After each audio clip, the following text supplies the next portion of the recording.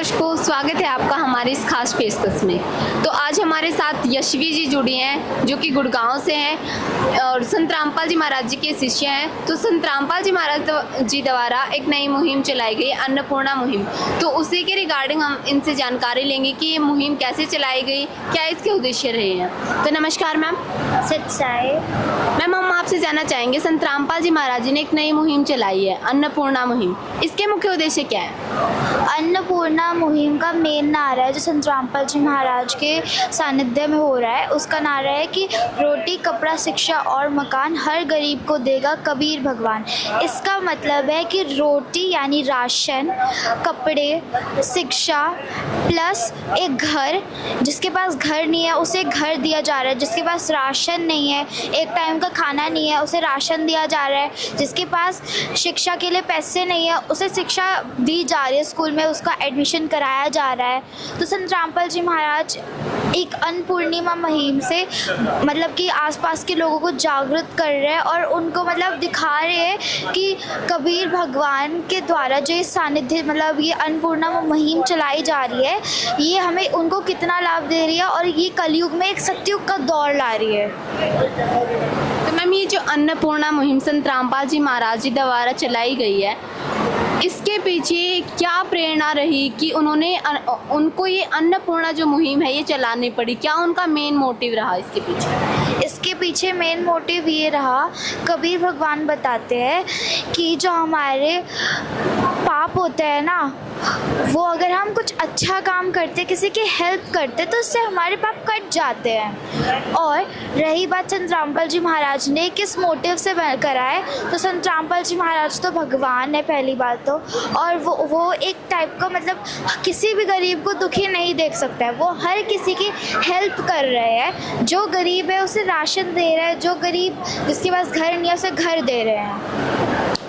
तो वो किसी चीज़ से मोटिवेट नहीं हुए, उनका जो ज्ञान है कबीर परमात्मा का, वो उससे मोटिवेट हुए हैं। रामपाल जी महाराज जी द्वारा चलाई गई अन्नपूर्णा मुहिम में रोटी, कपड़ा और मकान के अलावा और क्या सुविधाएं प्रदान की जा रही है? संत रामपाल जी महाराज की इस मुहिम में रोटी, कपड़ा और मकान के अलावा घरों के अंदर सिलेंडर भरवाए जा रहे हैं। जो आदमी बीमार है उनको अस्पताल की सुविधा दी जा रही है, जिनके बच्चे अनपढ़ हैं उनको एडमिशन कराया जा रहा है स्कूल में। तो मतलब बहुत से कार्य संत रामपाल जी महाराज यहाँ पे कर रहे हैं जो एक समाज सुधारक है। मैम, संत रामपाल जी महाराज जी का हमें पता है कि वो कबीर साहब जी को फॉलो करते हैं। तो जो अन्नपूर्णा मुहिम संत रामपाल जी महाराज जी के द्वारा चलाई गई है, तो ये संत रामपाल जी महाराज जी की कबीर जी की किस शिक्षा से कनेक्टेड है? एक साहब की बंदगी में भूखों को कुछ दे, इस पंक्ति से संत रामपाल जी महाराज ने कबीर साहब से कनेक्ट किया है। कबीर साहब हमें ये शिक्षा देते हैं कि हमें किसी भी आदमी को भूखा नहीं रखना चाहिए। जितने भी इस धरती पे है, जितने भी ह्यूमंस इस धरती पर रहते हैं, उन सबको एक टाइम का आहार तो ज़रूर मिलना चाहिए, क्योंकि हम जानते हैं अगर कोई भी एक बंदा एक दिन भूखा रह जाता है तो उस पर क्या विपत्ति पड़ती है, उसका क्या अभाव होता है, उसके शरीर में क्या होता है, हर एक आदमी जानता है। अगर कोई साइंस के हिसाब से भी लेगा तो भी वो इस पॉइंट पे आएगा, और अगर वो ह्यूमन टाइप मतलब आध्यात्मिक के हिसाब से लगा तो भी वो इस पॉइंट पे ज़रूर आएगा। मैम देखो, ये एक बहुत बड़ी मुहिम है जिसमें संत रामपाल जी महाराज भूखों को खाना दे रहे हैं, क्योंकि भूखों जो आजकल गरीब लोग हैं, भूखे लोग हैं, उनके तो अपना परिवार वाले भी साथ छोड़ देते हैं। एक बहुत बड़ी मुहिम है, तो इससे समाज में क्या बदलाव आ सकते हैं? इससे समाज में एक बहुत बड़ा बदलाव आ सकता है। सब लोगों को हेल्प करने के बारे में थोड़ी सोचना होगी कि भाई मतलब कि सबको ऐसा फील होगा कि जब एक संत ऐसे कर रहे हैं, एक इंसान ऐसा सब कुछ कर रहा है जो जेल में बैठा है, तो सबको ये लगेगा कि भाई हम नहीं कर सकते, हम भी कर सकते हैं किसी की हेल्प। तो फिर वो भी स्टार्ट होंगे हेल्प करना। और स्पेशली संत रामपाल जी महाराज के शिष्य तो बहुत हेल्प करते हैं लोगों की। बहुत से लोग मतलब अन्नपूर्णिमा मुहिम से पहले भी बहुत सारे संत रामपाल जी महाराज ने, जैसे जब कोरोना आया था कोविड-19, तब भी संत रामपाल जी महाराज ने मतलब जितने भी बीमार थे, जो गुड़गांव से, दिल्ली से, यानी किसी भी शहर से अपने गांव वापस जा रहे थे, तो उनको आश्रम में जगह दी गई थी संत रामपाल जी महाराज के द्वारा। और जो बसें में जा रहे थे ना, तो हमने खुद देखा है, मैं उस टाइम बहुत छोटी थी, हम लोग घर से खाना बनाते थे और उन लोगों को थैलियों में जाके और बस तक पहुंचा के आते थे। ये गुड़गांव में भी चलता था और बहुत सारी जगह ये सब चीज़ें चलती थी। संत रामपाल जी महाराज के जितने आश्रम थे ना, सब में ये सब चीज़ें चलती थी। और उन लोगों को जो कोरोना वायरस में वहाँ से अपने घर छोड़ के कहीं और जा रहे थे, उनको आश्रम में शरण दी गई थी। तो मतलब संत रामपाल जी महाराज का तो इससे बहुत बड़ा इफ़ेक्ट पड़ता है पूरे समाज में, कि उनको भी ऐसा अपने साइड से करना चाहिए कि भाई हम भी करें। क्योंकि धरती पे इतने पाप कर रहे हैं, कोई भी नशा करने लग जाता है इतने छोटे छोटे साल, कोई भी 14-15 साल में बच्चे सिगरेट पीने लग जाते हैं। बहुत कुछ होने लग गया आज के समाज में। We can believe in this that कोई ऐसा बच्चा होगा जो बुराई से बच रखा हुआ।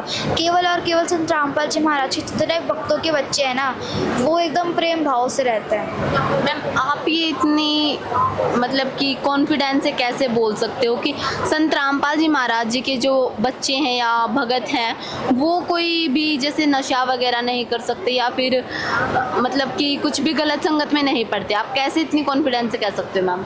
ये इस कॉन्फिडेंस से मैं कह सकती हूँ क्योंकि संत रामपाल जी महाराज जो ज्ञान देते हैं ना, इतना निर्मल ज्ञान है, निर्मल को रखता है, हमारे मन को निर्मल रखता है। वो ज्ञान इतना अच्छा ज्ञान है कि जितने भी भगत यहाँ पे सुनते हैं ना उस ज्ञान को, सबको लगता है कि भाई हमें सेवा करनी चाहिए, हमें हमारे पाप कटेंगे और सारे जितने भी हमें प्रेम भाव से रहना चाहिए। आश्रम में जितने भी लोग आते हैं, कभी भी भेदभाव नहीं देखा जाता है। एक रो में बैठ के नीचे सब खाना खाते हैं, भंडारा करते हैं और सबकी लाइन लगी होती है नेत्र जांच के लिए, दंत जांच के लिए। किसी को मना नहीं किया जाता कि आपकी नहीं होगी अभी। तो संत रामपाल जी महाराज के आश्रम में ना कभी भेदभाव दिया जाता और सभी भाई बहन प्रेम भाव से रहते हैं। क्योंकि उनका ज्ञान है ना, वो हमें ऐसी शिक्षा देता है, हमें ऐसा सिखाता है कि जो बाहर के लोग, अब मैं खुद का एक्सपीरियंस बता रही हूँ, I am in 8th class और 6th क्लास के बच्चे भी बहुत गंदी गंदी बुराइयों में जा रहे हैं। वो लोग वीडियो देखते हैं, उनसे गालियाँ सीखते हैं और वो गालियाँ यूज़ भी करते हैं अपने घर में नहीं यूज़ करते तो बाहर यूज़ करते हैं। अगर वो वीडियो नहीं देखते तो समाज वाले घर में भी गालियाँ देते हैं, पापा मम्मी सब देते होंगे, तो बाहर जाके वही गालियाँ बोलते हैं। इससे क्या होता है, जो सुधरे हुए बच्चे होते हैं ना, वो भी बिगड़ जाते हैं। अब बात यहाँ उन गंदे बच्चों की नहीं हो रही, बात यहाँ समाज वालों की हो रही है कि संत रामपाल जी महाराज इतना अच्छा ज्ञान देते हैं और वो लोग जो ना कोई भक्ति करते ना कुछ और करते, तो उनके बच्चे कैसे आते हैं। तो हमें थोड़ा सोचना चाहिए, हमें साधना टीवी पे रोज सत्संग सुनना चाहिए कि भाई जो संत राम, एक बार एटलीस्ट वी कैन थोड़ा इमेजिन तो कर ही सकते हैं। एक जस्ट ट्राई, एक बार नहीं सुनोगे तो आपको पता कैसे चलेगा। अगर आपको पता नहीं चलेगा तो आप हमेशा आंखों पे पट्टी लगा के तो चल नहीं सकते, कभी तो अपनी पट्टी तो खोलोगे ना। तो ऐसे ही कभी भी आप एक जगह पे तो चल नहीं सकते। अगर कोई बीमार है तो एक डॉक्टर के पास तो रहेगा नहीं, अगर उसे वहाँ से आराम नहीं हो रहा दूसरे डॉक्टर के पास तो ज़रूर जाएगा। तो अगर आपको ऐसा लगता है कि भाई हमारे बच्चे भी बिगड़ रहे हैं या हमारा समाज ख़राब है, तो एटलीस्ट एक बार संत रामपाल जी महाराज को साधना टीवी पे एक बार सत्संग सुनो उनका और उनसे प्रेरित हो। भाई वो जो ज्ञान दे रहे हो उसको मैच करो। आप ये नहीं कह रहे कि आप मैच नहीं करो, सीधा आँख बंद करके आ जाओ। संत रामपाल जी महाराज हर होली बुक्स को, बाइबल हो, कुरान हो, गीता हो, गुरु ग्रंथ साहिब हो या फिर बौद्ध की कोई बुक हो, गौतम बुद्ध की कोई बुक हो, कोई भी बुक हो, वो सब बुकों को खोल के उंगली लगा लगा के बताते हैं। हर एक शब्द को पढ़ के बताते हैं कि शब्द में क्या इस जो पंक्ति है इसका क्या मतलब है और ये सेंटेंस का कहाँ से मतलब आता है। और कैसे वो व्याकरण को भी दिखाते हैं कि जैसे संस्कृत में बहुतों को प्रॉब्लम हो जाती है, तो वो अच्छे से एकदम जो होली बुक है ना हमारी, उसको एकदम अच्छे से बताते हैं। मैम, तो संत रामपाल जी महाराज इतना सब कुछ कर रहे हैं, इतनी मुहिम चला रहे हैं, तो इससे हमारे समाज को क्या प्रेरणा जा रही है? इससे हमारे समाज को ये प्रेरणा जाती है कि हमें ना एक बार एटलीस्ट वन टाइम, तो मैंने बताया आपको, एक at least it's a request from my side, at least आप एक बार तो संत रामपाल जी महाराज का सत्संग सुनो या उनकी बुक पढ़ो, जीने की राह हो या फिर ज्ञान गंगा हो। उससे क्या होगा, आपको मतलब थोड़ा बहुत ज्ञान समझ में आएगा।